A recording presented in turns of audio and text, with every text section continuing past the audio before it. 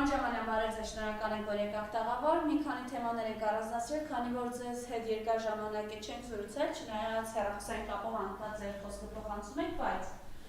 մենք տեսնում ենք, որ այս իշխանությունը շարունակում է խաղաղության կեղծ թեզ առաջ քաշել, որին զուգահեռ ադրբեջանական կողմը շատ ավելի հստակ է, Ալիևը շատ ավելի բաց խոսում է, որ ըստ էության իրենք մեքենաներով կամ վերահաստատում է իրենց հայտարարությունը, որ մեքենաներով իրենք գալու են Երևան, որ քարտեզների վրա գոյություն չունի Սևան, կա Գյոյչա, խոսում են նորից Զանգեզուրի միջանցքի մասին, չնայած այս իշխանությունը ինչքան է Թրամփի թրիփ են անվանում այդ ամենը, բայց ադրբեջանական թուրքական կողմը միջանցքի մասին, ադրբեջանցի պատգամավորը այն մասին, որ երբ որ կլսեք Ադրբեջանի առաջնորդի ելույթը Երևանից, իմացեք, որ սա պատմական իրողություն է, առայն որ Ադրբեջանի նախագահը վերադարձրեց Հարավային Կովկասը Պետրոս Առաջնից, խոսում են, էլ ինչի մասն են խոսում, ամեն ինչի մասն են խոսում ըստ էության և այս իրականության մեջ նաև մենք տեսնում ենք են Շինցու ողբերգական պատկերը Բաքվի դատարաններում, ինչպես էլ մեր հայրենակիցներին, այլևս մեղադրական կողմը վերել է, առաջը քաշել իր պահանջը, ցմահ և 16-ից 20 տարի ազատազրկման։ Խնդրեմ։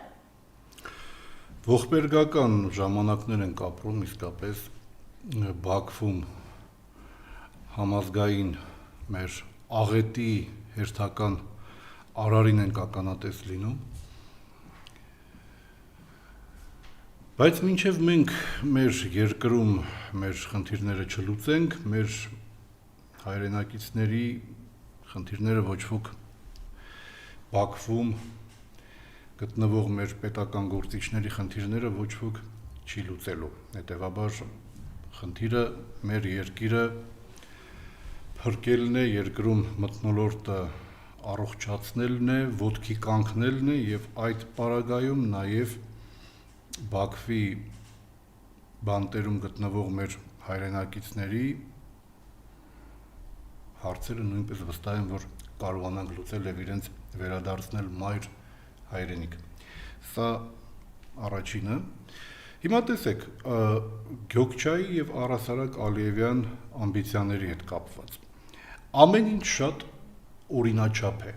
Ես ուզում եմ շատ կարճ անդրադառնալ աշխարհաքաղաքական կողմին խնդրի։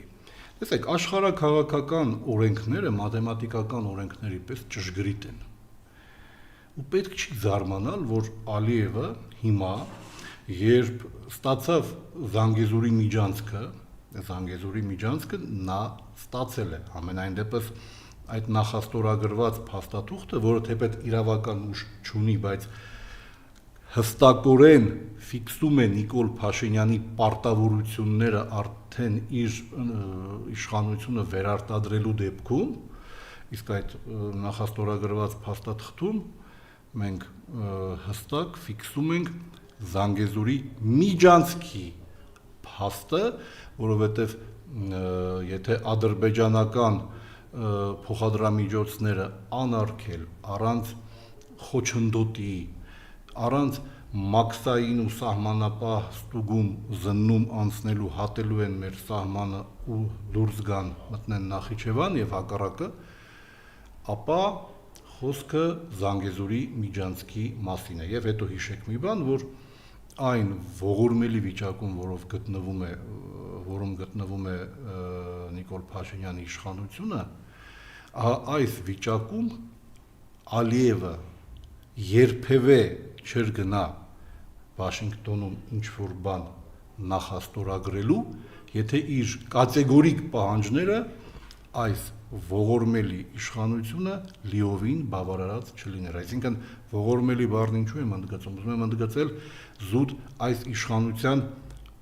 սուբյեկտայնությունից զուրկ լինելու, խոսք չունենալու, կշիռ չունենալու հանգամանքը ընդգծելու համար, այսինքն ոչ թե ուղղակի թուլացած, այլ գետնին գալարվող, հեղինակազրկված, լեգիտիմությունից զուրկ, կախվածությունների մեջ ուրեմն հայտնված իշխանությունը չէր կարող Ալիևի առաջ պահանջ դնել և հասնել Վաշինգտոնում ուրեմն մի թղթի ստորագրման, որտեղ Ալիևի պահանջները բավարարված չլինեն։ Եթե այդ թուղթը Վաշինգտոնում ստորագրված է, ուրեմն Ալիևը իր պահանջները ոչ միայն դրել է, այլև այդ պահանջները կատարված են։ Եթե Զանգեզուրի Միջանցքի խոստում չլիներ, Ալիևը այդ փաստաթուղթը չէր ստորագրի, թեպետ էլի եմ կրկնում, Միջանցքի չափանիշը շատ հստակ է։ Անխոչնդոտ առանց զննում անցնելու մաքսային զննում, սահմանապահ, ուրեմն այդ ֆորմալ պրոցեդուրաները եթե չեն պահվում Հայաստանի Հանրապետության սահմանին եւ առանց որևէ զննում անցնելու ադրբեջանական փոխադրամիջոցը պետք է մի սահման անցնի մյուսից դուրս գա, ուրեմն խոսքը Միջանցքի մասին է։ Հիմա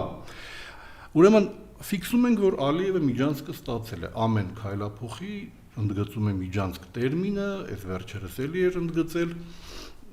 օրեր առաջ Թրամփն է հենց ստորագրման օրը Միջանցք անվանել այդ իբր իր անվամբ ճանապարհը։ Ուրեմն Միջանցք է։ Հիմա տեսեք, վերադառնալով աշխարհաքաղաքական օրենքները մաթեմատիկական օրենքներ են։ Ճշգրտության առումով նույնն են, ինչ մաթեմատիկական ֆորմուլաները։ Ալիևը Միջանցքը ստացավ, հիմա հաջորդ պահանջն է առաջին պլան բերելու, եւ հաջորդ պահանջը արդեն Սևանն է, Գյոքչան է, ըստ իրենց։ Ու օրինաչափ է սա։ Օրինաչափ է, երբ ծավալապաշտական նկրտումներ ունեցող թշնամուն դու ուղակի անվերապահորեն ընդառաջ գնալով բոլոր պահանջները հերթով բավարարում ես, հերթական պորցիան ստանալուց հետո նա հաջորդն է պահանջելու, իսկ հաջորդը արդեն Սևանն է։ Այդպես է կարգը, այդպես է աշխարհի բանը, այդպես են աշխարհաքաղաքական կանոնները։ Պարտված ես, թեպետ ազգը պարտված չէ, իշխանությունն է իրեն դրել պարտվածի կարգավիճակում պարտություն բերել եւ այդ պարտության ֆոնը օգտագործել իր զիջումները լեգիտիմացնելու համար։ Ամենայն դեպս փորձում է դա անել, իհարկե չի ստացվում, մարդիկ հասկանում են ամեն ինչ ու սթափվել են։ Ուրեմն պետք չի զարմանալ, որ Ալիևը Միջանցքը ստանալուց հետո հաջորդ պահանջն է դնում, հաջորդ պահանջն էլ ուրեմն Սևանն է։ Եվ ըստ էության այդ շաբաթներ առաջ այդ Գյոքչայի հետ կապված հայտարարությունը Սևանի հանդեպ իրենց հավակնությունները լեգիտիմացնելու հերթական փուլի մեկնարկն էր։ Եվ ամենազարուրելին այն էր, որ ինչպես եւ պետք է կանխատեսելի լիներ ու սպասելի լիներ, օրվա նիկոլական իշխանությունը հերթ չտալով մեկը մյուսին սկսեց արդարացնել Ալիևին։ Հիմա ցանկացած սթափ միտք ունեցող հայ մարդ հասկանում է, որ երբ Ալիևն ասում է մենք մեքենաներով ենք գալու, ինքը նկատի ունի, որ ոչ թե պատերազմով է մեզնից խլելու Սևանը, այլ դեմոգրաֆիական ագրեսիայով։ Այսինքն գալու են 300,000 թուրք բերեն, 300,000 թուրքերով հեղեղ են Հայաստանը։ Այդ 300,000-ին վաշխելու են տարբեր հատվածներում եւ երբ մի որոշ ու շատ կարճ ժամանակ անց դեմոգրաֆիական պատկերը երկրի փոխվի, այդ 300,000-ը տարածքային պահանջներ են ներկայացնելու, ինքնավարության պահանջներ են ներկայացնելու եւ հələ փորձվի Հայաստանը հանկարծ այդ այստեղ բերված ու տեղավորված թուրքերին մերժի այդ թուրքերի այդտեղ Հայաստան տարբեր հատվածներ մեր երկրի բերված ու բնակեցված թուրքերի իրավունքների պաշտպանության երաշխիքներ են պահանջում մեր հակառակորդները թշնամիները եւ եթե հայկական կողմը երբևէ ադրբեջանական այդ զանգվածի պահանջներին դեմ գնա, սա Ադրբեջանը ու Թուրքիան օգտագործելու են իբրև լեգիտիմ պատճառ հերթական ագրեսիայի համար։ Այնպես որ Հայաստանի թրքացման, վիլայեթացման, Հայաստանի այլ հատվածների օկուպացիայի սցենարը շատ հստակ է։ Եթե Նիկոլը վերարտադրի իր իշխանությունը, գալու են, հեղեղելու են թուրքերով Հայաստանը, մի որոշ ժամանակ հետո անջատողականության նկրտումները միսուարյուն են ստանալու, պահանջելու են կամ անջատվել Հայաստանի Հանրապետությունից կամ ինքնավարություն են պահանջելու, այդ պահանջին, եթե օրվա իշխանությունը փորձի ընդդիմանալ եւ ինչ որ կերպ հակազդի այդ նկրտումներին, այդ հակազդումը Ալիևը, Ադրբեջանի ու Թուրքիայի իշխանությունները օգտագործելու են պատրվակ որպես Հայաստանի Հանրապետության դեմ ագրեսիա սանձազերծելու համար իբր իրենց հայրենակիցների իրավունքները պաշտպանելու պատրվակով։ Եվ եթե հաշվի առնենք, որ Հայաստանի Հանրապետության տարածքի մոտ 60%-ը ըստ ադրբեջանական գործող սահմանադրության Ադրբեջանի տարածք է, ապա այդ պարագայում միայն իրենց հայրենակիցների իրավունքները պաշտպանելու թեզը չէ, որ իրենք առաջ են մղելու, իրենց ագրեսիան լեգիտիմացնելու են շատ պարզ կերպով հղում անելով իրենց սահմանադրությանը, որ եղբայր մեր տարածքներն են ըստ մեր սահմանադրության։ Եվ այդ հանգամանքը, որ Հայաստանի Հանրապետության տարածքների մոտ 60%-ը ադրբեջանական սահմանադրությամբ համարվում է իրենցը, Նիկոլ Փաշինյանը մի քանի անգամ ընդգծել է, առնվազն վերջին անգամ Ալբանիայում, բայց զավեշտը եւ դավադրությունը հայոց պետականության հանդեպ կայանում է նրանում, որ ընդգծելով այդ հանգամանքը Նիկոլ Փաշինյանը չի պահանջում ադրբեջանցիներից փոխել իրենց սահմանադրությունը հաշտեցման գործընթացի համատեքստում։ Եվ ինչ է ստացվում, որ եթե դու գիտես, որ Ադրբեջանը հավակնում է քո տարածքին, այդ հավակնությունները ամրագրված են սահմանադրորեն, բայց դու չես պահանջում փոփոխել քո սահմանադրությունը։ Դու չես պահանջում, որ այդ հավակնությունները հանվեն ադրբեջանական սահմանադրությունից ու այդ հավակնություններով սահմանադրությամբ Ադրբեջանի հետ խաղաղություն ես կնքում։ Ինչ ես անում դու? Դու լեգիտիմացնում ես այդ հավակնությունները քո երկրի հանդեպ։ Ի վերջո չմոռանանք, որ Ալիևը երբեք չի ընդգծել 29.8 կամ 29.740, չգիտեմ, քանի քառակուսի կիլոմետրանոց Հայաստանի տարածքային ամբողջականությունը ճանաչելու հանգամանքը։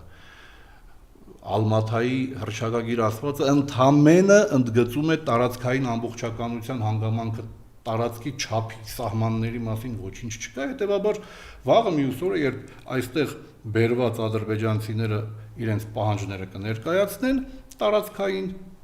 անկախանալու կամ ինքնավարություն ստեղծելու, այդ պահանջին ցանկացած հակազդեցություն Ադրբեջանը կօգտագործի Հայաստանի Հանրապետության դեմ ագրեսիայի համար, նոր տարածքները օկուպացնելու համար, մի կողմից հիմնավորելով իր ագրեսիան իբր իր հայրենակիցների իրավունքները պաշտպանելու հանգամանքով, իսկ տարածքների օկուպացիան էլ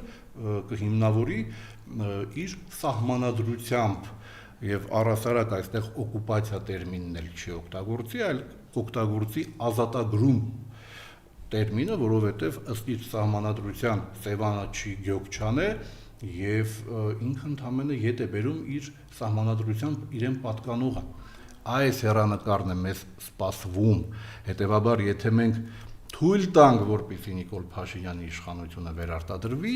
եկող տարի, ապա պետք է հստակ հասկանանք, որ այդ իշխանությունը ոչ թե խաղաղություն է բերելու, այլ բերելու է նոր պատերազմ, սա պատերազմ բերող մահաբեր իշխանություն է եղել եւ այդպիսին էլ լինելու է։ Իդեպ ասեմ նաեւ, որ ադրբեջանցիներին այստեղ բերելը արդեն իսկ ենթադրում է, որ դու պատերազմը սահմանից բերելու ես քաղաքներ ու գյուղեր, որովհետև այդ հոծ մասսան, որով դու հեղեղելու ես Հայաստանը, դու ասելով ես նկատի ունեմ գործող իշխանությանը, այդ մասսան մեր հայրենակիցների, մեր հասարակության, մեր հայության հետ խնդիրներ է ունենալու։ Մենք ամեն քայլափոխի ականատես ենք լինելու վիճաբանությունների, կոնֆլիկտների, այսինքն սահմանից կռիվը բերվելու է մեր փողոցներ։ Եվ հետո այս նույն տաղավարից շատ տեղին ժամանակին Ձյունիկ Աղաջանյանն էր խոսում այն մասին, որ հայկական ԽՍՀ տարածքը թողած շուրջ 160,000 ադրբեջանցիները փոխհատուցում են ստացել իրենց տները ուրեմն թողնելիս, բացի այդ ողջ անշարժ գույքը ուրեմն փոխանակման միջոցով այնտեղից եկած ընդեղից մազապուրց փախած մեր հայրենակիցների հետ փոխանակել են, գույքային կորուստ չեն ունեցել, անշարժ գույքը փոխանակել են Ադրբեջանի տարածքից եկած մեր մազապուրց փրկված հայրենակիցների հետ։ Շարժական գույքն էլ իրենց հետ տարել են այն դեպքում, երբ փոխանակման ուրեմն հանգամանքը չի եղել, փոխհատուցում են ստացել անշարժ գույքի դիմաց ժամանակի խորհրդային Հայաստանի իշխանություններից։ Փոխարենը Ադրբեջանից ամեն ինչ կորցրած, մազապուրց փրկված մեր հայրենակիցներն են եկել եւ հաստատվել են Հայաստանի Հանրապետության տարբեր հատվածներում։ Հիմա հարց, եթե այդ 300,000-ը գա ու հեղեղի Հայաստանը, ողողի, այդ դեմոգրաֆիական այդ հեղեղը գա մեր երկիր, որտեղ եք բնակեցնել, ում եք տնից հանելու, նոր գյուղեր եք հիմնելու, եթե նոր գյուղեր եք հիմնելու, հողահատկացումը եք, չէ, ենթադրելի է որ անելու, ում հաշվին եք այդ հողահատկացումը անելու, չէ որ Հայաստանի Հանրապետության ցանկացած համայնք ունի իր հողը եւ հողի խնդիրը եղել է կա շատ սուր մեզանում, վարելահողերի, ուրեմն մշակելի հողատարածքների խնդիր կա երկրում։ Հիմա դուք բերում եք այդ 300,000-ին, ում հաշվին եք բերում։ Չէ որ այդ 300,000 նախ չի լքել խորհրդային Հայաստանը, այլ 160 մոտավորապես։ Կրկնում եմ, բոլոր հնարավոր փոխհատուցումները ստանալով է լքել Հայաստանը, լքել է ոչ թե մազապուրց փախել։ Փոխարենը ադրբեջանական ԽՍՀ տարածքից եկած հայրենակիցներն են բնակվել։ Այսինքն, այդ մարդկանց ինչ եք անելու, ում հաշվին եք այդ հեղեղը ապահովելու հողերով, տներով։ Մի խոսքով պատկերացնում եք, չէ, ինչ աղետի առջև է կանգնելու մեր երկիրը, մեր բնակչությունը, եթե այս իշխանությունը կարողանա վերարտադրվել։ Եվ մինչ մեր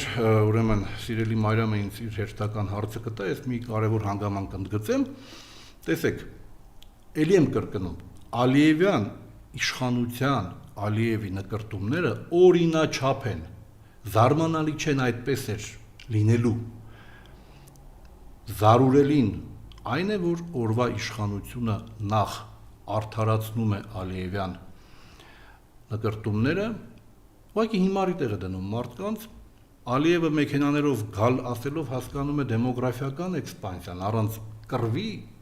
ու զավթելու հանգամանքը։ Նիկոլականները մեքենաներով գալը մեզ փորձում են ներկայացնել իբրև խաղաղության սիմվոլ, իբրև թե տուրիստներ են գալու։ Հայաստանում հիմարներ չկան, մարդիկ սթափվել են, ամեն ինչ շատ լավ հասկանում են։ Հետո մի բան, որ հատուկ ուզում եմ ընդգծել ու ուզում եմ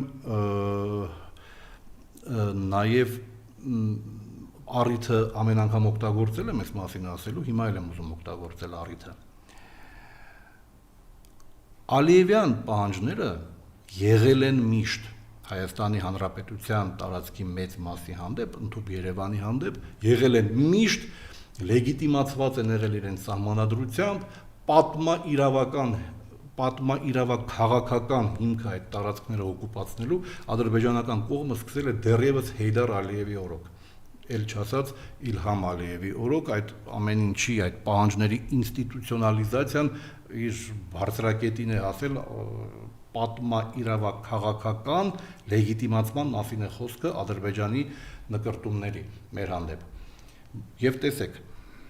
այս իրողությունները աչքի առջև ունենալով այն երանելի ժամանակներում, երբ Արցախը հայապատկան էր, Հայաստանի Հանրապետությունում մշտապես ուրեմն արկա էր, ակտուալ էր հետևյալ դիսկուրսը. զիջել, թե չզիջել, որքան զիջել, եւ ինքս եղել եմ ու մնում եմ ոչ մի թիզական, անգամ հիմա հետադարձ հայացքով եթե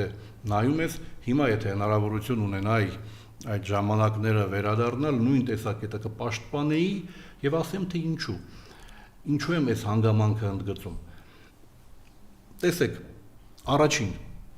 գոյություն ունի Նախիջևան։ Նախիջևանը անկլավային վիճակում է գտնվում, որովհետեւ Սյունիքով ոչ վաղ անցյալում նաեւ հայապատկան Արցախով բաժանված էր Ադրբեջանի մնացյալ տարածքից։ Հետևաբար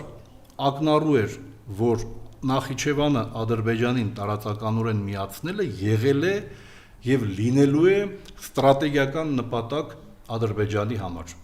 Նախիջևանով Թուրքիան Ադրբեջանին կապելը եղել է լինելու է ստրատեգիական նպատակ թուրք-ադրբեջանական տանդեմի եւ մեծ Թուրանը այսպես 21-րդ դարի շղարշով, հա, պատված այդ գաղափարը կյանքի կոչելու ձգտող Թուրքիայի համար ստրատեգիական նպատակ է։ Նախիջևանը Ադրբեջանին տարածականորեն կապելը ստրատեգիական նպատակ է անգլոսաքսոնական էլիտաների համար, այդ Թուրանի գաղափարն էլ նրանց համար զենք է ռուսներին թուլացնելու համար, իսկ կոնկրետ Նախիջևանը Ադրբեջանին միացնելու այդ նպատակը հավաքական արևմուտքի անգլո-գլոբալիստական այս էլիտաների համար շատ կարևոր է մի կողմից ռուսներին ուրեմն հարվածելու համար, էներգակիրները Ռուսաստանին շրջանցելով արևմուտք բերելու համար, մյուս կողմից Իրանի դեմ պլացդարմ ունենալու, Իրանը Ռուսաստանից կտրելու, տարածականորեն մեկուսացնելու Իրանի հյուսիսային սահմանը իբրև ագրեսիայի պլացդարմ Իրանի դեմ օգտագործելու համար։ Այսինքն այս ծրագիրը աչքի առջև ունենալով մենք ինձ նման շատ-շատերը այդ երանելի տարիներին, երբ Արցախը հայապատկան էր, առաջ էինք քաշում ոչ մի թիվ հող գաղափարը, այո, ես չեմ ուրեմն խուսափում այդ թեզը, այդ ձևակերպումը օգտագործելուց, եւ մեր հիմնավորումը շատ հստակ էր։ Եթե Ադրբեջանը նպատակ ունի միավորվել Նախիջևանի հետ տարածականորեն, ապա ցանկացած տարածքային զիջում ոչ թե խաղաղության է բերելու, այլ ավելի ակտուալ է դարձնելու, ավելի իրատեսական է դարձնելու Նախիջևանի տարածքային կապը Ադրբեջանի հետ։ Հետևաբար այն ինչ մենք ունեինք ցավոք սրտի 12000 քառակուսի կիլոմետրանոց ազատագրված հայրենիք եւ Արաքսի ափը մոտ 150 կիլոմետր ուրեմն վերահսկողություն Արաքսի հյուսիսային ափին։ Այդ տարածքն էր այն միակ եւ հուսալի երաշխիքը, որ անհնարին էր դարձնում Նախիջևան Ադրբեջանին կապելու այդ հեռանկարը եւ ուղղակի անհնարին էր դարձնում Սյունիքի Վայոց ձորի օկուպացիայի հեռանկարը։ Եվ մենք այն դիրքերից էինք հանդես գալիս, որ եթե դու զիջում ես տարածք, դու ոչ թե ստանում ես խաղաղություն, ես ելի եմ կրկնում, ոչ թե խաղաղություն ես ստանում, այլ ավելի իրատեսական ես դարձնում Նախիջևանը Ադրբեջանին միավորելու նպատակը եւ զիջելուց մի X ժամանակ անց մենք ստանալու ենք պատերազմ մեզ համար շատ աննպաստ ուրեմն նոր իրողություններում։ Այս ճշմարտությունն էլ աչքի առջև ունենալով ոչ առաջին, ոչ երկրորդ եւ ոչ էլ երրորդ նախագահները տարածքային զիջումների չեն գնացել, թեպետ երբեք օֆիցիալ այդ մասին չեն խոսել։ Երբեք օֆիցիալ բացահայտ չեն ասել, որ իրենք տարածք չեն զիջելու, բայց այդ վտանգը աչքի առջև ունենալով բանակցային process-ում քայլ առ քայլ ամեն մեկն իր նախագահության ժամանակահատվածում քարը քարին դնելով արվում էր ամեն ինչ, որպեսզի Արցախի ազատագրված տարածքը ի վերջո միջազգային իրավական առումով լեգիտիմություն ստանա։ Իհարկե, եթե մենք Նախիջևան ունենայինք, հայապատկան Նախիջևանը մեր տարածքում լիներ, տարածքային զիջումները այդքան սուր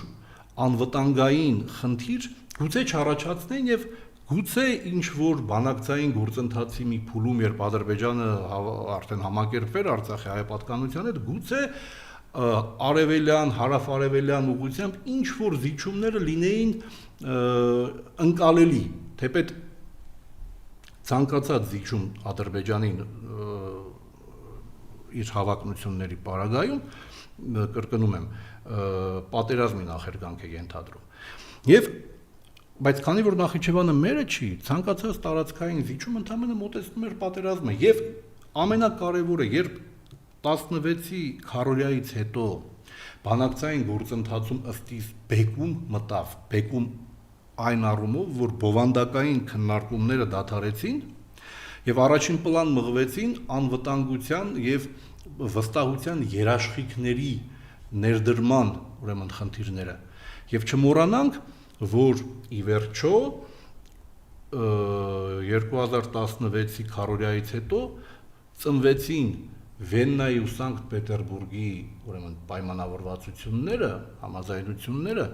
ըստ էության, որոնք ենթադրում էին, որ Արցախի եւ Ադրբեջանի միջև առկա այդ շփման գիծը ավելի կայուն ու հաստատուն ջրբաժան էր դառնում, քան պարզապես ուղակի շփման գիծ, ինքը ավելի միջազգային առումով ընկալելի էր դառնում, պետական սահմանի վերածվելու առաջին քայլն էր արվում այդ համաձայնություններով։ Էլի եմ կրկնում, բոլոր 3 նախագահներն էլ այս վտանգը, որ Ադրբեջանի համար Նախիջևանի հետ կապը եղելու մնում է ակտուալ, իրենք չեն էլ թաքցրել դա երբեք, հաշվի առնելով տարածքային զիջումների չեն գնացել։ Եվ այո, գուցե, եթե ինչ-որ մի X պահի Ադրբեջանը համակերպվեր Արցախի հայապատկանության հետ, գուցե ինչ-որ պետական սահմանի այդ ուրվագծում փոփոխություններ լինեին, ինչ-որ տարածքային զիջումների հայկական կողմը գնար, բայց ինչի դիմաց գնար։ Հուսալի երաշխիքների դիմաց, Արցախի հայապատկանության դիմաց, արժանապատիվ խաղաղության պայմանագրի դիմաց, որի ենթատեքստում չկար նոր ագրեսիան, այլ որով կհաստատվեր Արցախի ժողովրդի ազատ կամ արտահայտության իրավունքը եւ արդյունքը իդեմս Արցախի հայապատկանության։ Բայց հիշեք Լուկաշենկոյի ու Սերժ Սարգսյանի բանավեճը 2016-ի այդ հայտնի դեպքերից հետո, թե 15-ին հիմա չեմ հիշում, գաղտնալ զերծված այդ ձայնագրությունը, որտեղ Սերժ Սարգսյանը շատ հստակ հիմնավորում է, թե ինչու նա չի գնալու տարածքային զիջումների, եւ Լուկաշենկոին շատ անհարմար վիճակի մեջ է դնում իր այդ ճղճիմ միջնորդական առաքելությունը իսպար այսպես վարկաբեկելով, որովհետև վիրավորական ու երկրի ղեկավարին ոչ վայել առաջարկությամբ էր Լուկաշենկոն հանդես եկել։ Այս հիշեք Սերժ Սարգսյանի պատասխանը։ Այդ պատասխանի հիմքում այն քիչ առաջ ասած մտահոգություններն էին, եւ բոլորն էլ շատ լավ հասկանում են, որ որևէ միջազգային երաշխիք, որևէ խաղաղապահ ուժ, անգամ դաշնակցային խաղաղապահ ուժ չի կարող փոխարինել տարածքի հանդեպ վերահսկողության երաշխիքին։ Տարածքն է, քոնն է, ուրեմն դու ապահովես։ Մերն էր մինչև Հորադիս, մինչև ուրեմն Ղազախլար գյուղ, այսպես ասենք, Նախիջևանի հետ տարածական կապ հաստատելու հեռանկարը հեռավոր պոտենցիալ վտանգ էր։ Սկուտերի վրա Արցախը ստացավ Նիկոլից Ալիևը, հիմա օրինաչափորեն խոսում է հաջորդ պահանջների մասին։ Հիմա բանը հասավ Զանգեզուրի Միջանցքին Արցախը կորցնելուց հետո, ստացավ Վաշինգտոնում, հիմա էլ խոսում է Գյոքչայից, հաջորդն է պահանջում, մանավանդ իր սահմանադրությամբ իրենն է։ Ամփոփ եմ, Սևանի հանդեպ ադրբեջանական պահանջներ չէին լինի, եթե մեր զինվորը կանգներ Օմարի Լեռնանցքում ու Քարվաճարը մերը լիներ։ Սևանի խնդիրը առաջին պլան է եկել, իդեպ Սևանը, էլի եմ կրկնում, Սևանի թրքացման, Սևանի Հայաստանից օտարվելու, Ադրբեջանի մաս դառնալու ցրցամը տրված է։ Եվ չէր լինի այս ամենը, եթե ստորագրությամբ Նիկոլ Փաշինյանը Քարվաճարը չնվիրեր թուրքերին։ Հայ զինվորը Օմարից իջավ հասավ Վարդենիսի լեռնաշղթա, ադրբեջանական հերթական պահանջները դարձան ակտուալ ու իրատեսական։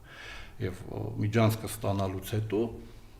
հիմա էլ Սևանի ցրցամն են տալիս։ Իհարկե, քանի դեռ նախընտրական շրջան է, չեն կրակի սահմանին, 2018-ին էլ չէին կրակում, 19-ին էլ չէին կրակում, բայց 20-ին դավադիր պատերազմով ամեն ինչ ուրեմն Ադրբեջանը ստացավ։ Հիմա էլ չեն կրակում, մինչև հերթական ընտրությունները։ Չեն կրակում, որպեսզի իրենց խամաճիկը այստեղ կարողանա վերարտադրել իր իշխանությունը։ Բայց հենց որ վերարտադրի իր իշխանությունը, աղետի վերջնական ու ամենացավոտ փուլը վրա կհասնի։ Իսկ առայժմ անասնակեր են ուղարկում տպավորություն ստեղծելու համար, թե իբր խաղաղություն է։ Կարող է սրան, հա, պարոն Ջամալյան, այս իրականությունը, որ ինչ ասում Նիկոլ Փաշինյանը, խաղաղությունն այն է ազգային ժողովում բյուջեի քննարկման եզրափակիչ ելույթում, որ Հայաստան գնացք է մտել Ադրբեջանի տարածքում ու բերվել է ցորեն։ Այդ ցորենի մի մասը կարող են հավերին տալ, այդ հավի ածածուն մեր երեխեքը չեն ուտելու, այդ հավի միսը մեր երեխեքը չեն ուտելու, թեփը կարան տան խոզերին, այդ խոզի միսը ձեր առաջնորդը չի ուտելու, խնդրեմ այս մասը, վայ ինչ են կերակրում։ Գիտեք, ինչ որտեղ այս մարդը օգնում է ժողովրդին սթափվել։ Նման բառապաշարը, նման բովանդակությունը ըստ էության վիրավորանք է արժանապատվություն ունեցող հայ մարդու հանդեպ։ Եվ բնավ պատահական չէ, որ այդ նմանաբնույթ, այդ մանիպուլյացիաները, այդ վիրավորանքը, մարդուն հիմարի տեղ է ուզում դնել։ Մարդուն հիմարի տեղ ես դնում, դրա համար էլ 650 հոգի է հետդ գալիս մարդկանց հիմարի տեղ դնել, չի կարելի, մարդիկ տեսնում են, արժանապատվություն ունեն եւ պատասխանում են, առնվազն քեզ մերժելու մի տարբերակ են գտել, անգամ կեղծ ու պղծված այդ արարողություններին, որտեղ ծնվում է հերթական նիկոլական աղանդ, այսինքն ինչ այդ քաղաքական աղանդեր, հիմա արդեն կրոնական աղանդի են վերածվում, չեն գալիս։ Այդ վիրավորանքի պատասխանն է, քո հրավիրած հավաքներին չեն գալիս, ողջ ադմինիստրատիվ ռեսուրսդ մոբիլիզացնում ես, առաջի այդ պղծությանը մոտ 850 հոգի էր եկել, երկրորդ պղծությանը 750, վերջինին 650 Թալինում։ Երեկվա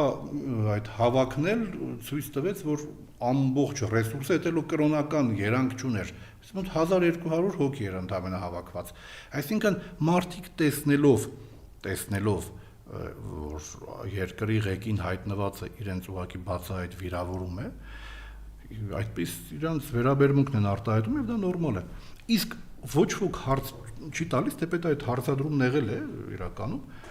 իսկ ինչու անասնակեր ուղարկեցին։ Դա ինչպես պատահեց, որ ցորենը այդ ով էր առնում, առնելուց չէր հարցնում, ինչ ցորեն է առնում։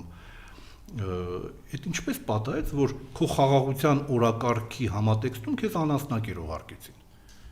Չէին կարող առաջի կարգի ցորեն ուղարկել։ Հələ մի կողմ, որ ցորենը մի քանի անգամ իր գինը, այսպես բազմապատկեր մինչև Հայաստան հասնել այդ շուրջ երկրյա ճանապարհորդությունը կատարելիս։ Ավելին ասեմ, նվաստացնում են աչուձախ եւ այդ նվաստացած վիճակը, որում հայտնվում է եւ Նիկոլ Փաշինյանը եւ իր ուրեմն կոնգլոմերատի անդամները, մարդիկ տեսնում են եւ գիտեք, արժանապատվությունը սպանել մարդու մեջ հնարավոր չի, մարդկանց զգալի մասը սթափվել է, տեսնում է եւ վիրավորանքը կուլ չի տալիս եւ այդ կուլ չտալը արտահայտվում է սրանց ամենատարբեր ձևով մերժելու ուրեմն գործողություններով։ Լսեք, այս մարդը բյուջեի քննարկմանը չի կարողանում իր ֆրակցիան հավաքի։ Դուք պատկերացնում եք ուր է հասել։ Ինչ աշճանի մերժված պետքա լինես, ինչ աշճանի չընդունված լինես, որ քո ֆրակցիայի անդամների մոտ 1/3-ը ներկա չի այն պահին, երբ դու ազգային ժողովում ես, ներկա չի կարևորագույն հարցի քննարկմանը, բյուջեի քննարկումը խորհրդարանական ամենակարևոր գործառույթներից մեկն է։ Առաջին օրը, երկրորդ օրը ես վստահ եմ, որ ԿՊ-ում արկա խմորումները, արկա դժգոհությունները արդեն քանի գնում ավելի այսպես տեսանելի են դառնում, երբ այդ կեղծ պատարակներին չեն գալիս ամբողջ կազմով, տեսանելի էր դառնում, իսկ սա ուղղակի խայտարակություն էր, գիտեք, իրենք արժանի են սրան, ես համարում եմ դրական մի բան, այսինքն եթե անգամ թիմում են հասկանում, որ այս մարդը իրենց կործանման է տանում, իրենք շատ լավ հասկանում են, չէ, որ ի վերջո սկզբունքորեն Նիկոլ Փաշինյանը կարող է էլի ինչ-որ մի X պահի մի հեռավոր միտեղ գնալ ծպտվել, մյուսները բա իրենք եւ ես տեսնում եմ արդեն այդ ճաքը, որ այդ ԿՊ կոչվող այդ կազմավորման մեջ այդ ճակը քանի գնում ավելի այսպես մեծանում է։ Իսկ այն, որ իր Նիկոլի ու ժողովրդի մեջ սարսափելի մեծ անթունդ կա ձևավորված, որը անհաղթահարելի է, այն, որ այս մարդը արդեն լեգիտիմ չէ, այն, որ մարգինալացած է, որ ժողովուրդ չունի իր հետևից գնացող մի երկու մարզպետ, մի երկու քաղաքապետ, մի երկու падգամավոր, մի երկու այսպես ամեն ինչ այսպես բոլոր կարմիր գծերը անցած կուսակցական։ Սա փաստ է եւ սա հուշում է մի բանի մասին, որ Հայաստանի ազատագրումը մոտ է, ես չգիտեմ, եթե մեր պետականակենտրոն ուժերը կարողանան իմպիչմենտի գործընթացը առաջ մղել, իսկ ես գտնում եմ, որ անպայման պետք է փորձել առնվազն, որովհետև նպաստավոր ֆոն կա, մենք տեսնում ենք, որ արդեն այդ կոնգլոմերատին թիմ չեն սրանք, կոնգլոմերատ են, կոնգլոմերատի մեջ խմորումները քանի գնում ավելի տեսանելի են դառնում, ծավալ է ստանում, պարագլխից դժգոհությունը։ Ես գտնում եմ, որ բոլոր սահմանադրորեն ամրագրված միջոցները այս իշխանությանը հեռացնելու պետք է փորձել բոլոր անխտիր։ Նամանավանդ, որ իմպիչմենտի գործընթացը որևէ կերպ չի ուրեմն հակադրվում հերթական կամ արտահերթ ընտրությունների գաղափարին։ Հայաստանը կոնկրետ մի երկրի գրպանում է հայտնել Ղարաբաղի հարցով 18-ին, 19-ին, 20-ին, 21-ին, մինչև 2022-ը ներառյալ մեր բանակի սոցիալ-հոգեբանությունը, մտածողությունը եղել է ազդեցության գործակալի։ Մեր բանակում չի եղել ինքնիշխան կամքի կենտրոն։ Մեզ ասում են ինչ ուզել են տվել ենք։ Հակառակը վերջին տարիներին ոչ մի բան չենք տվել։ Այսօր մարդիկ եկել են Ղարաբաղ են լացում։ Ոչ ոք մեր չափ ոչինչ չի արել Ղարաբաղի համար, սկսած ֆինանսականից մինչև այն, ինչը չի երևալու երբեք։ Պարոն Ջամալյան, պետք է խնդրեմ մանրամասն, քանի որ դուք բանակը ներսից եւ խորքային ճանաչել եք, այս խայտարակությունը ազդեցության գործականները համարում մեր բանակում արդեն անդրադառնաք սրան եւ ինչ է արել Լեռնային Ղարաբաղի մեր Արցախի համար, խնդրեմ։ Շատ խորամանկորեն Արցախը նվիրել է թշնամուն, ինչու խորամանկորեն, որովհետեւ հայրենասիրական շղարշով պատված գնացել է ազգային դավաճանության ու ազգային աղետը կյանքի կոչելուն, Արցախը Հայաստանը եւ վերջ ծղր տալով է Արցախը հանձնել, այսինքն ինչ է արել, հայրենասիրություն է խաղացել, այո, ես գիտեմ, որ ինչ-որ քայլեր իրենք 18-ին, 19-ին արել են, հայրենասիրություն են խաղացել, հասկանում եք, իրենք արել են ամեն ինչ, որպեսզի տպավորություն ստեղծվի, թե իրենք Արցախի համար ամեն ինչ անում են ու այդ կերպ քողարկել են Արցախը հանձնելու իրենց բուն նպատակը եւ այն ինչ էլ արել են, ես չգիտեմ, ինչ որ ֆինանսներ են հատկացրել, ինչ որ քայլեր արել են, բայց այն ինչ արել են ընդհանրապես կոչված է եղել մոլորեցնելու մարդկանց մոտ տպավորություն ստեղծելու, թե իրենք Արցախի համար անում են, որպեսզի Արցախը նվիրելը այդ մարդիկ ընկալեն իբրև անխուսափելի մի բան, իր Նիկոլի կամքից անկախ մի բան, որ ճար չուներ, ելք չուներ, ստիպված էր, արեց ամեն ինչ իբր, բայց չստացվեց, այսինքն շատ խորամանկորեն է Արցախը հանձնել, հասկանում եք, չի կանգնել ասել հանձնելու եմ, ասել է Հայաստան է ու վերջ եւ 1 տարի հետո հանձնել է, այնպես որ շատ թույլ ինտելեկտ պետք է ունենա մարդը, որ այդ մանիպուլյացիաներին ձեր բերած այդ հղումը, լսելով կամ իրեն լսելով հավատա, թե Նիկոլ Փաշինյանը Արցախի համար ամեն ինչ արել է։ Նիկոլ Փաշինյանը կարող էր հրաժարական տալ 2022-ին կանգնել ասել ինձնից պահանջում են Ադրբեջանի կազմում Արցախը ճանաչել, ես այդ քայլին չեմ գնում, ես չեմ գնում Պրագա ու ստորագրում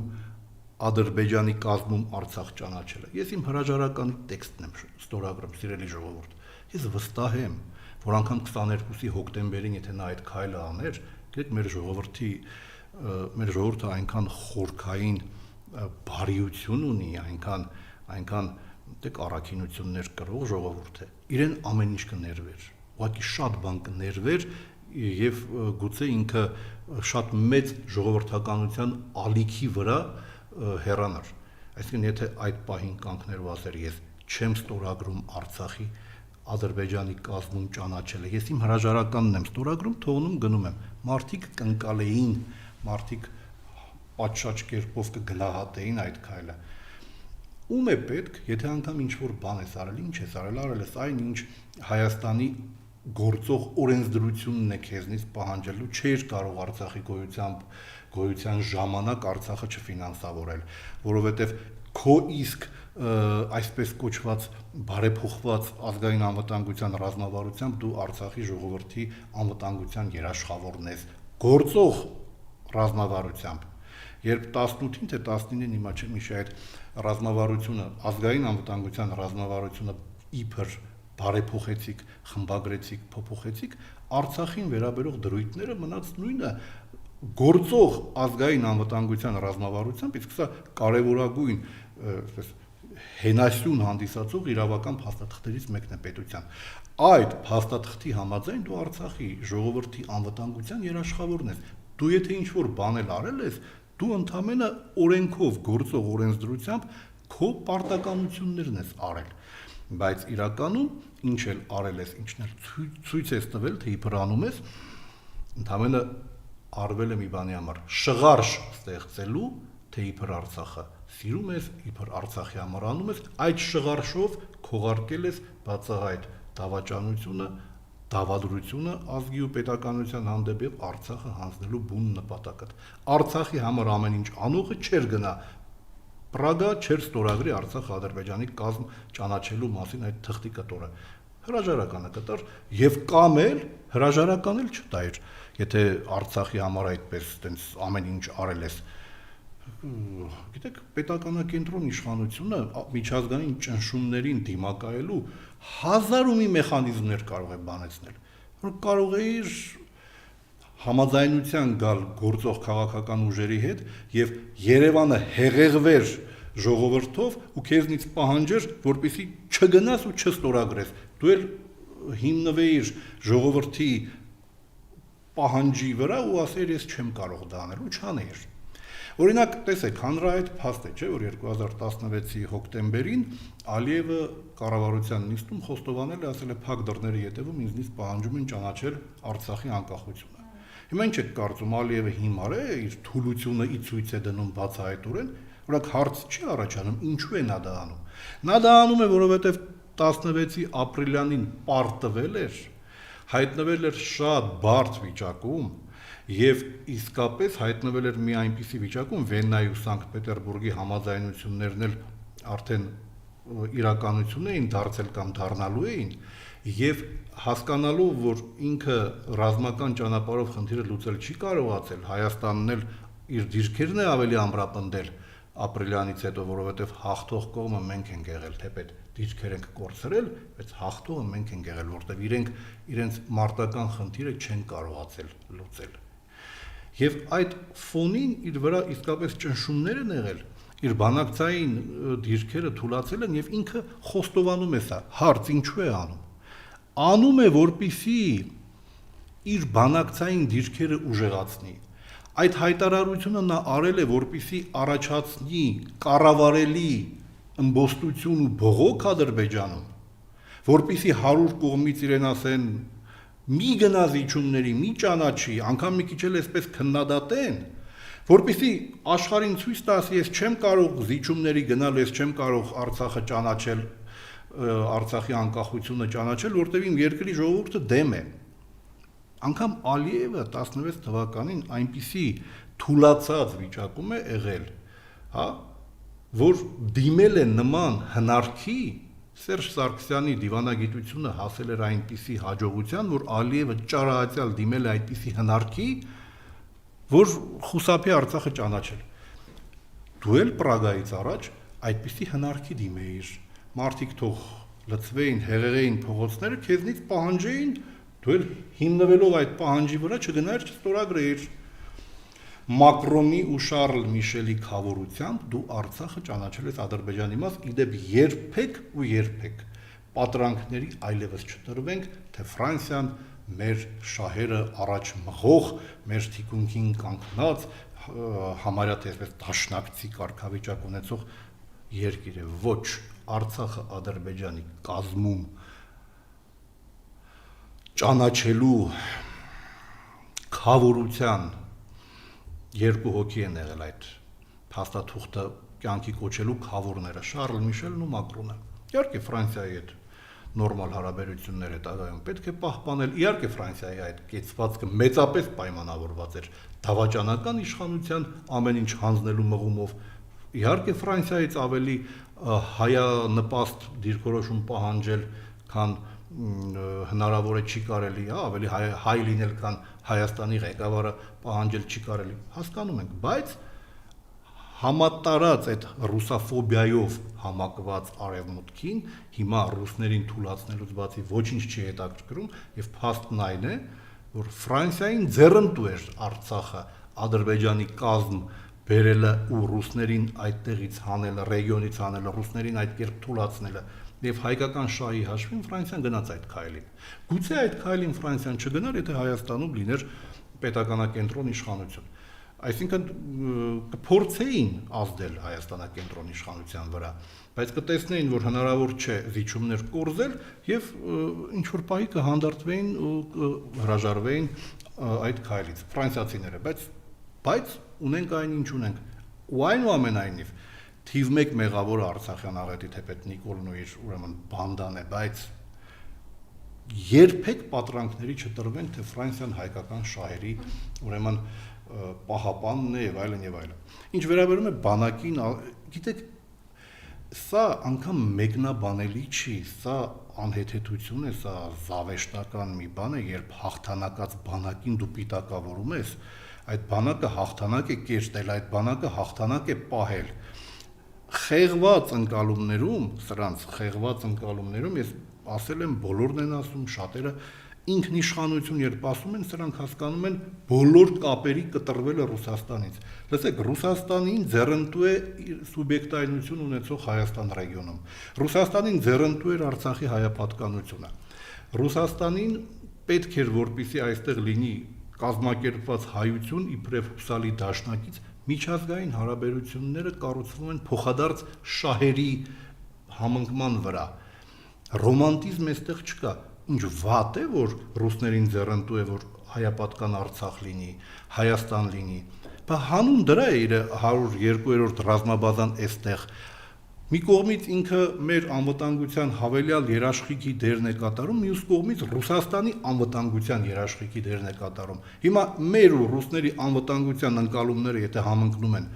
ուրեմն պետք է դա օգտագործել երկիրը ուժեղացնելու համար, երկիրը ինքնաբավ դարձնելու համար, ոչ թե կախվածությունները ուժեղացնելու, այլ ինքնաբավ դարձնելու համար երկիրը, որովհետև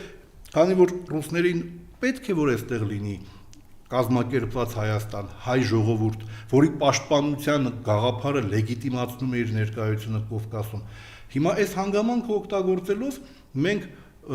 էժան ծորեն ենք ստանում։ Հիմա ռուսական հետախուզության տվյալների համաձայն իրենք որոշել են ուկրաինական թանկ ծորեն առնել, խնդրում աղաչում են եվրոպացիներին, որ տարբերությունը իրենք վճարեն, որ տեղից ժողովուրդը արդեն մերժել է, այս խունտային մի հատ էլ հիմա հացը թանկանա, սոցիալական բունտ կառաջանա։ Նախընտրական շրջանում եվրոպացիները գուցե այդ քայլին գնան, բայց երբ որ Նիկոլին եթե Աստված չանի, վերարտադրի իր իշխանությունը, հաջողվի վերարտադրել, եվրոպացիները մեր փոխարեն այդ ավելցուկը չեն տալու եւ հացն էլ է թանկանալու։ Ինչու, որովհետեւ այս մարդիկ ռուսաֆոբ են, որովհետեւ այս մարդկանց ուղեղում բզիկ կա հակառուսական, հա, հանուն Ռուսաստանից կապերը կտրելու ամեն ինչի գնում են, ոչինչ որ հացը թանկ կառնես, ոչինչ որ ցածրակարգ ցորեն կառնես անասնակերի փրև, հա 102-րդ բազայի դուրս բերման հարցը դրվելու է խաղաղության այդ պատրանքը ստեղծելուց հետո, թեպետ խաղաղության թուղթը որ ստորագրեն, դա ոչ թե խաղաղություն է բերելու, այլ պատերազմ, քիչ առաջ ասեցի։ 102-րդ բազան դուրս գա, զուգահեռաբար թուրքերը գան այստեղ հեղեղեն, բնակվեն, ցանկացած մի միջադեպ այդ բնակեցված Թուրքի հետ թուրքական բանակը, ադրբեջանական բանակը օգտագործելու է երկիր ներխուժելու համար։ Հիմա անկախությունից ինչ մնաց կամ հիմա ենք մենք անկախ, խեղված, հակառուսական թույնով թունավորված սրանց ուղեղներում ինքնիշխանությունը միայն ռուսների հետ բոլոր հնարավոր կապերը կտրելն է։ Օրինակ ինչն էր քեզ խանգարում Ռուսաստանից էժան ցորեն բերելու։ Ոչ, որովհետև էժան ցորեն բերելը ոչ թե կախվածություն է Ռուսաստանից, այլ մեր բնական կապն է։ Մենք երբ էժան ցորեն ենք բերում Ռուսաստանից, ոչ թե դրանով մեր կախվածությունն ենք ընդգծում, դրանով ընդգծում ենք մեր փոխադարձ կարևոր լինելը մեր երկրների, որովհետև ռուսները հիմար չեն, որ մեզ էժան ցորեն են տալիս։ Էժան են տալիս, որովհետև ուզում են, որ մենք այստեղ ապրենք, որ հայ ժողովուրդը ապրի, հայերը չարտագաղթեն, որովհետև դա իրեն ձեռնտու է։ Հա ձեռնտու է, մեզ էլ ձեռնտու է, որ մենք մեր երկրում լավ ապրենք։ Դրա էժանն ենք բերում։ Բայց Ռուսաստանի հետ դաշինքը, որը կասկած չունեմ, որ շատ շուտով այս իշխանության անփառունակ այդ էջը թերթելուց հետո մենք ամենաբարձր մակարդակի ենք բերելու, Ռուսաստանի հետ դաշինքը ոչ թե կախվածություն է, այլ Ռուսաստանի հետ դաշինքը մեզ հարկավոր է մեր ինքնաբավությունը ամենատարբեր ոլորտներում ապահովելու համար։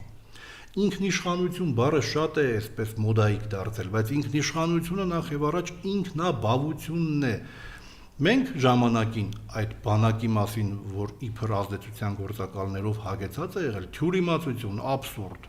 զրպարտություն, վիրավորանք, հաղթանակած բանակի անվան հետ խաղալ է, ոչ ավելին։ Այդ բանակը ռեգիոնում խաղաղություն էր պարտադրում։ Այդ բանակը ոչ թե բալլաստի դեր էր կատարում ռուսների համար, այլ բանակը կայունություն էր ապահովում ռեգիոնում։ Այդ բանակի շնորհիվ էր, որ Անդրկովկասում փխրուն խաղաղություն էր, ուժերի բալանսը պահվում էր, եւ այդ բանակին ռուսները ընկալում էին որպես վստահելի գործընկեր, շատ բարձր էին գնահատում այդ բանակի մարտական հնարավորությունները։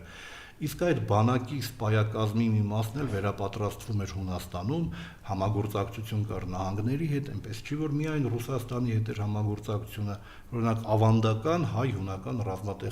ռազմական, հատկապես ռազմակրթական ոլորտում համագործակցություն է եղել։ Ինչի մասին է խոսքը։ Ուղղակի մանիպուլյացիա է։ Հիմա իրենք ուրեմն ռուսաֆոբները, օրվա իշխանության են բերվել Ռուսաստանի աշխարհաքաղաքական թշնամիների կողմից ամեն կերպ Ռուսաստանի դիրքերը թուլացնելու համար։ Սրանք էլ, քանի որ իրենց արժեքային համակարգը ձևավորվել է սորոսական գրանտների, ամեն տեսակ այդ արևմտյան տրեյնինգների, ուսումնական, չգիտեմ, այդ ծրագրերի, այսպես կոչված այս բանի մեջ, խառնաշփոթի մեջ, իրենք էս գաղափարի կրողն են, այ ողբերգությունը սա է, իրենք պատրաստ են ամեն ինչ տալ, միայն թե ռուսի ոդկը այստեղից կտրել։ Էս է, ու պետք չի զարմանալ։ Մենք ունեցել ենք բանակ, որն իր մարտունակությամբ ռեգիոնում իրավիճակ ու պայմաններ էր թելադրում եւ այդ բանակը հապկ համակարգում եւ հայ-ռուսական դաշինքի համակարգում լուրջ դաշնակցի ընկալում ուներ եւ այնպես չի որ այդ բանակի վրա ռուսներն ունեցել են այնպիսի անվերապահ ազդեցություն որ այսպես իրանց կցորդն է դարձել դա անհետեթություն է ել եմ կրկնում եղել է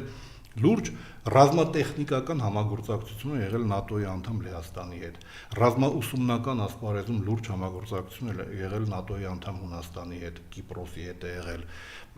ամերիկյան տարբեր ուրեմն մակարդակներում Միացյալ Նահանգների հետ է եղել համագործակցություն։ Սա անհետեթություն է, ասելը թե ուղղակի այդպես, գիտեք, հակառուսականության թույնը պետք է միտեղից ժայթքի եւ իրենց համար հիմա շատ կարեւոր է այն թեզը առաջ տանելը, թե իրենք նոր որակի իսկապես ինքնիշխան Հայաստանի կերտողներն են, իրենք այդ ախմախությունը այո, իրենք դա ասում են մի բանի համար, որպեսզի լեգիտիմացնեն, բոլորն էլ շատ լավ հասկանում են, որ թե ժողովուրդն է հասկացել, որ Նիկոլը հանձնել է ամեն ինչ։ Իրենք էլ գիտեն, որ ժողովուրդը սա հասկացել է, եւ իրենք իրենց հանձնելը փորձում են լեգիտիմացնել իբր ինքնիշխանություն ձեռք բերելով, բայց ավելի հիմար բան մարդկանց հիմարի տեղ դնելու ավելի ցինիկ փորձ հնարավոր չէ, քան ասելը մենք Արցախը տալիս ենք, որպեսզի ինքնիշխան դառնանք։ Արցախով ես դու ինքնիշխան եղել, երբ որ դու ռեսուրսներդ հանձնում ես, դու կախյալ ես լինում, դառնում։ Էլ չասած, որ ընդամենը արևմտյան խամաճիկների մասին է խոսքը, եւ հիմա դու Ադրբեջանի ամեն հերթական պահանջ կատարելով դու ինքնիշխանությունը, որ հիմա էլ Ալիևի հերթական պահանջի կատարման սկիզբը դրեց հայտարարելով, թե երկրորդ ու երրորդ նախագահներն ու իրենց հետ կապված ուժերը պետք է խորհրդարանում չլինեն։ Այո, դրան է ուզում գալ, այսինքն ըստ էության այս մարդը չի թաքցնում, դա ինքը ինչ ներգործություն է ունենալու ընտրական process-ներում գալի եւ ինչ է անելու, խնդրեմ։ Ուրեմն Ադրբեջանի հերթական պահանջն է կատարում, ես ավելին ասեմ, խորհրդային Հայաստանը խորհրդային միության կազմում ավելի անկախ ու ինքնիշխան էր, քան Հայաստանի Հանրապետությունը Նիկոլի օրոք, որովհետև Հայաստանի Հանրապետությունը Նիկոլի օրոք կրիտիկական կախվածություններ ունի ոչ միայն Էրդողանից ու Ալիևից, այլև իրենց անգլոսաքսոնական տերերից։ Օրինակ, մի այսպիսի էպիզոդ պատմեմ խորհրդային տարիներին խորհրդային Հայաստանի հայկական ԽՍՀ պետական անվտանգության կոմիտեն 8 տարի ղեկավարում էր մեծատառով հայրենասեր Մարիուս Արամի Յուզբաշյանը, գեներալ լեյտենանտ, հայտնի մեր լավագույն երգչուհիներից մեկի Էռնա Յուզբաշյանի հայրը, հայրենասեր մարդ, ում օրոք ազգային վերածնունդը Հայաստանում նոր թափ էր ստացել 70-ականների վերջ 80-ականների այդ երջանիկ տարիները շատերն են հիշում ազգային մշակույթի, ազգային ինքնության զարթոնքի տարիներ էին եւ մարդը ով իբր լինելով ինչ որ կայսրության մեջ ինքն էլ այդ սորոսական լոգիկայով պետք է այդ կայսրական, պատժիչ մեքենայի ղեկավարներից մեկը լիներ, բայց իրականում խորհրդային Հայաստանում Դեմիրճյանի օրոք ու Յուզբաշյանի օրոք, ով պետանվտանգության կոմիտեի նախագահն էր, ամեն ինչ արվում էր հայ մշակույթը, հայ քաղաքակրթությունը, հայկական քաղաքակրթությունը նոր որակի բերելու ազգային ինքնության զարթոնքի տարիներ են եղել 70-ական 80-ականները, ոչ մի խոչընդոտ գրեթե չի եղել։ Եվ մի էպիզոդ կա, երբ հիշում եմ Քերիս հոկեբան Ալբերտ Նալչաջյանը մի այսպես հետաքրքիր պատմություն էր պատմում, երբ խորհրդային տարիներին Շահումյան պալատում, հիմա ամերիկյան համալսարանն է, մի միջոցառման ժամանակ ելույթ է ունեցել եւ հայրենասիրական այսպես տոնայնությամբ ազգային զարթոնքի, ազգային արժեքների, նպատակների մասին է խոսել, ուրեմն ասում է ելույթից հետո իրեն հրավիրել է իր մոտ Մարիուս Յուզբաշյանը, պետանվտանգության կոմիտեի նախագահ, գեներալ լեյտենանտ, այդ նույն ուրեմն շենքում է եղել, հրավիրել է շատ քաղաքավարի, շատ այսպես հարգանքով ընդունել է եւ ինչ է ասել։ Ընդամենը հորդորել է զգուշ լինել։ Տեսեք, ոչ թե արգելել է հայրենասիրությունից խոսելը, այլ ընդամենը հորդորել է, ասել է զգուշ եղեք։ Շատ պարզ պատճառով, որովհետև ինքը ընդամենը պետանվտանգության կոմիտեի մի ստորաբաժանման ղեկավար է, ընդամենը զգուշ եղեք, չի արգելել, չի ասել մի խոսա, ինչ որ պրոֆիլակտիկ, եսի ինչ զրույց չի տարել, չի ասել ազգայնականության քարոզ ես անում, ընդամենը ասել է զգուշ խոսա։ Տարբերությունը տեսնում եք, հիմա կարող եք մտնել հայաստանյան որևէ բուհի լսարան ու ասել Արարատը մերն է։ Չէ, մի նիկոլական լրտես կգտնվի, չէ, որ կձայնագրի ու դասախոսին աշխատանքից կազատեն, կամ ինչ որ խնդիրներ կլինի։ Այդ է ուր ենք հասել։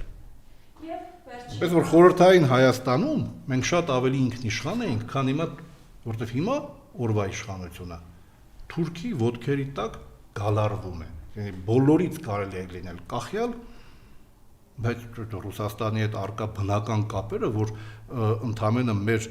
հավասարը հավասար իր նշանակությամբ, հավասարի դաշինքի տրամաբանությամբ շատ նորմալ է,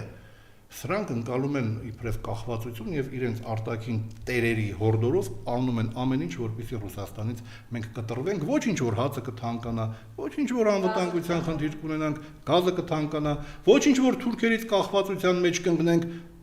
նորմալ է, որ ռուսները այստեղ չլինեն։ Ես հույս ունեմ, որ Ռուսաստանում են այս ամենը տեսնում։ Երեք էլ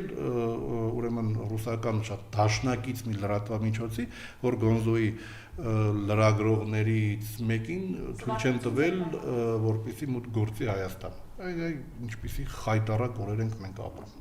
Եվ պարոն Ջամալյան, վերջին հարց Մայրաթորի դեմ իրենք արշավը շարունակում են եւ ըստ էության այս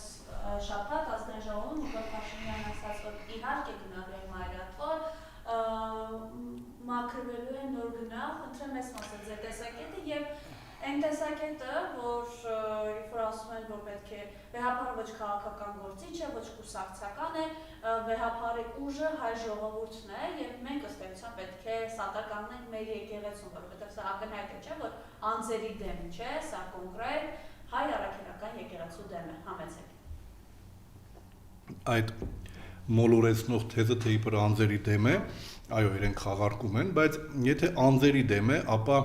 ինչու ժամանակին դպրոցական ծրագրերից հանեցիք հայ եկեղեցու պատմություն առարկան։ Այս արշավը զարուրելի, ամոթալի, սրբապիղծ արշավը հայ առաքելական եկեղեցու հանդեպ, ուրեմն իր արտաքին, այսպես տեսանելի, զզվելի դրսևորումներն է ստացել, բայց սրա հիմքերը դրվել են շատ վաղուց։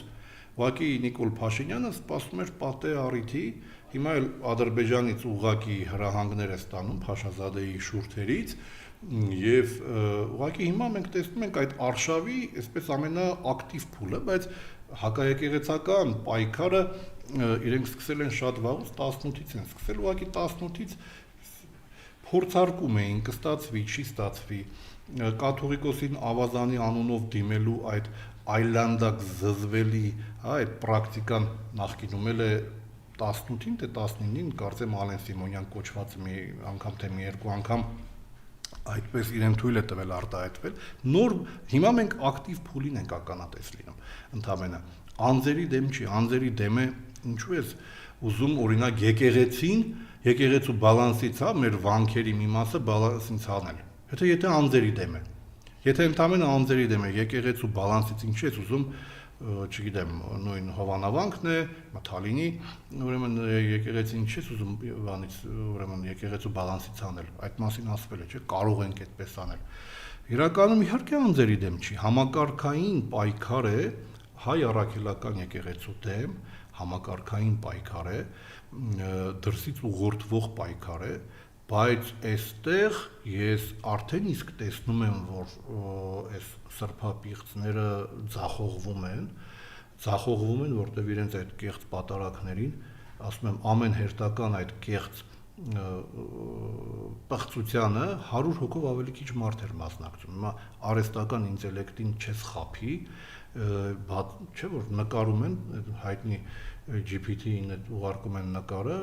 հաշվում է, հաշվարկ է անում, առավելագույն թիվն եմ ասում, առաջին սրբապղծությանը 850, երկրորդ սրբապղծությանը 750, վերջինին մոտ 650։ Այսինքն մարդիկ իր սեփական թիմից, այդ կոնգլոմերատից մարդիկ կան, երևի մեծամասնությունը ընդեղ էլ է սթափվել, իր թիմից անգամ նորմալ չեն գալիս։ Եթե ոստիկաններին, պետանվտանգության համակարգի աշխատակիցներին հանես, ՊՊՑ-ի աշխատակիցներին հանես, տակը ինչ կմնա։ Դե մի երկու մարզպետ, մի երկու քաղաքապետ, տեսեք, ինչպես իրենք են տոտալ կախվածության մեջ Ադրբեջանից ու ստիպված ճարահացյալ, ոչ միայն Ադրբեջանից, Թուրքիայից, անգլոսաքսերից, ստիպված բոլոր պահանջները ընդունում են, թեպետ նաև գաղափարապես իրենք ընդունում են, այդ թուրքական պահանջները ու մեղքի զգացում չունենալով են ընդունում։ Նույնպես իր թիմում կան մարդիկ, ովքեր իրենցից այդ կախված այնքան, որ ճարահացյալ գալիս են, բայց կան նաև, փաստորեն մենք տեսնում ենք, շատ ավելի մեծ թվով մարդիկ իրենց շրջապատում այդ ՔՊ կոչեցյալում, ովքեր չեն գալիս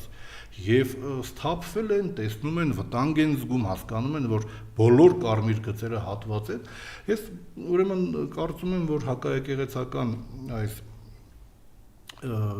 դիվային խրախճանքը իհարկե դեռ կշարունակվի, բայց օրստորե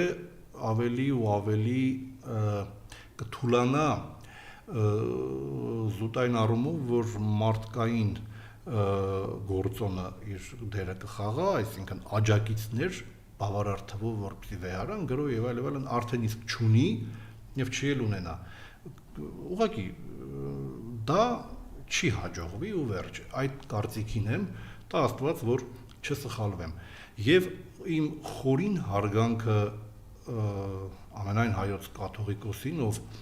իսկապես այդ խաչը կրում է պատվով մեր եպիսկոպոսած դասին, ես առիթ ունեցել եմ ասելու մեր հոգևորականներին, մեր վանահայրերին, մեր քահանաներին, ողջ մեր հոգևոր դասին, իմ խոնարհումն ու իմ ուրեմն խորին հարգանքի հավաստիքը, որովհետև պատվով են կրում իրենց խաչը։ Ես առիթ ունեցել եմ ասելու, էլ եմ ասում, հայ առաքելական եկեղեցու հոգևոր դասը հիմա մեր այս ժամանակներում առաքելության կրող է։ Բագրատ Սրբազանը, Միքայել Սրբազանը, Մկրտիչ Սրբազանը, իրենք առաքելության կրողներ են, իրենք լուսավոր Հայաստանի կերտողներն են, այդ գաղափարը իրենց ուժ է տալու եւ այդ գաղափարն է, որ իրենց չի կոտրում։ Տեսեք, պետք է պայքարել, որ այս մարդիկը առաջին ազատության մեջ հաշվի բնականաբար իրենք դեմ են, որ խոսվի իրենց առողջական վճարման խնդիրների մասին, բայց ոչ, քանի որ մենք ապրում ենք մի երկրում, որտեղ նախադեպ է եղել դատարանի բակում, դատարանի նիստերի դահլիճում մահը, Արմեն Գրիգորյանի մահը։ Ցավոք սրտի այդ նախադեպը եղել է, ցավոք սրտի դա նիկոլական իշխանության անջնջելի, ուրեմն ինչ ասեմ, սրբապղծություններից մեկն է դաջված Հուրհավիցյան, իրանց այդ կերպարին, բայց մահերը, գիտեք, մահերը մենակ դատարանի դահլիճում չեն, մենք տեսանք Փարաքյարի ուրեմն համայնքապետին ընտրված ընդդիմադիր համայնքապետի սպանությունը và քաղաքական սպանությունը փոզով փոչով է լինում, հիմա տպավորություն են ուզում ստեղծել իբր վենդետա է եղել, բա ինչու չեք կանխել, բա իսկ այդ վենդետան ում էր ձեռնտու եւ ինչու բանը հասավ վենդետային, գիտեք, մարդիկ հիմար չեն, ամեն ինչ հասկանում են եւ իշխանություն կփոխվի, բոլոր հարցերի պատասխանն էլ կտրվի։ Այն որ ոստիկանությունը երկրում օպերատիվ իրավիճակին չի տիրապետում, փաստ է, որտեղ ամեն աստծո սպանություն է, ամեն աստծո հանցագործությունների աճի մասին հերթական ապացույցն ենք տեսնում, կանխարգելի աշխատանք իսպառ չկա։ Օրեր առաջ Աբովյանում սպանել են մի լուսավոր երիտասարդի, ով էլի կաթողիկոսի ու առաքելական եկեղեցու պաշտպանելու պատճառով մի սրիկայի հետ կոնֆլիկտի մեջ է հայտնվել։ Լավ, մինչև ուր ոստիկանությունը դարձել է Նիկոլ Փաշինյանի քմահաճույքները բավարարող որ մի կառույց ներքին գործերի նախարարը թանկարժեք մեքենա է առնում իր համար, բայց սպանությունները արդեն դառնում են օրվա առօրյայի մաս, հանցագործությունների թիվը աճում է, ոստիկանությունը ուռճացնում են, հանցագործությունների թիվը զուգահեռաբար աճում է։ Պատկերացնում եք աբսուրդը, նիկոլական իշխանության աբսուրդներից մեկն է։ Ոստիկանությունը ուռճացվում է, հանցագործությունները աճում։ Այնպես որ Բերմանը ենթարկում Նարեկ Սամսոնյանի ես անպայման պետք է անդրադառնայի, այո, տեսեք, երբ որ Նարեկին Բերման են ենթարկում, ձեռքերը ոլորած, ինքը քմծիծաղով ժպտալով, նայեք, էլի, այս մարդիկ իրենց զուտ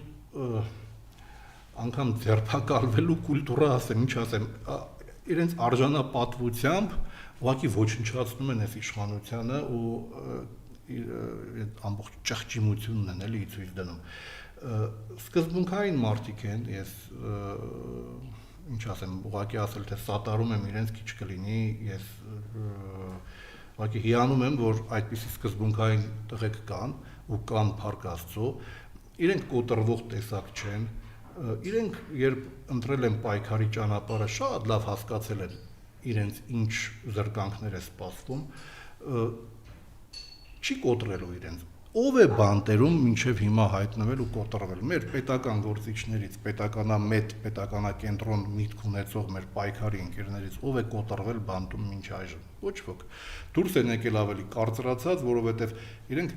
առաքելության կրողներ են։ Հոգևոր դասի պարագայում առավել ևս։ Մկրտիչ եպիսկոպոս Պրոշյան, մարդ ով վիթխարի վաստակ ունի մեր երկրի հանրային կյանքում իր ներդրումն ունի, իր հեղինակությունն ունի, իր անունն ունի, իր վաստակն ունի, իր թեմի առաքինի հոգևոր ուրեմն հովիվներով, այս մարդուն դուք կարող եք կոտրել, այս մարդիկ ապրում են հոգևոր Հայաստանի վաղվա վերածննդի գաղափարով, իրենց համարում են իբրև հոգևորական վաղվա հոգևոր Հայաստանի վերածննդի ազատամարտիկները։ Հիմա դուք ուզում եք այս մարդկանց կոտրել, էլ Բագրատ Սրբազանի ու Միքայել Սրբազանի մասին չեմ ասում։ Պես որ սա իհարկե սա մեր ամոթն ու խայտարակությունն է, որ այն ինչ տեղի ունենում երկրում, բայց սա այո, բայց սա նախ հուշում է իշխանության վախերի ու թուլության լեգիտիմությունից զուրկ լինելու մասին, մյուս կողմից էլ սա չի բերում այդ իշխանության դիրքերի ամրապնդմանը, այլ ավելի հեղինակազրկում է, ավելի է թուլացնում, որովհետև այն մարդիկ, ովքեր հիմա ազատազրկված են գաղափարի խոսքի համար, ավելի մոտիվացված դուրս են գալու մարդիկ էլ տեսնում են ամեն ինչ հասկանում են։ Էլեմենտար մի բան, սովորական, այսպես մեծ քաղաքական անցուդարձից հեռու ապրող սովորական քաղաքացի։ Ես էլ եմ սովորական, բոլորս ենք սովորականի նկատի ունեմ, սովորական կյանքով ապրող մեծ քաղաքական անցուդարձի մեջ չմտած մարդ, հա։ Հարց է, չէ՞, այս մարդու մեջ առաջանում, ամեն ինչ թանկանում է։ Քրեական մթնոլորտը արդեն այնպիսին է դարձել, որ երեխեքին վախենում ես փողոց թողնել։ Լավ, այսքան խնդրեմ կա երկրում, անվտանգության մասին էլ չեմ խոսում։ Այս ամեն ինչը թողած դու եկեղեցու հետևից ես ընկել, թիվ 1 խնդիրը մեր երկրում եկեղեցին է հիմա, այսինքն սովորական ընկալման տեսակետից քաղաքացու այնքան աբսուրդային է կատարվածը, որ բնականաբար սա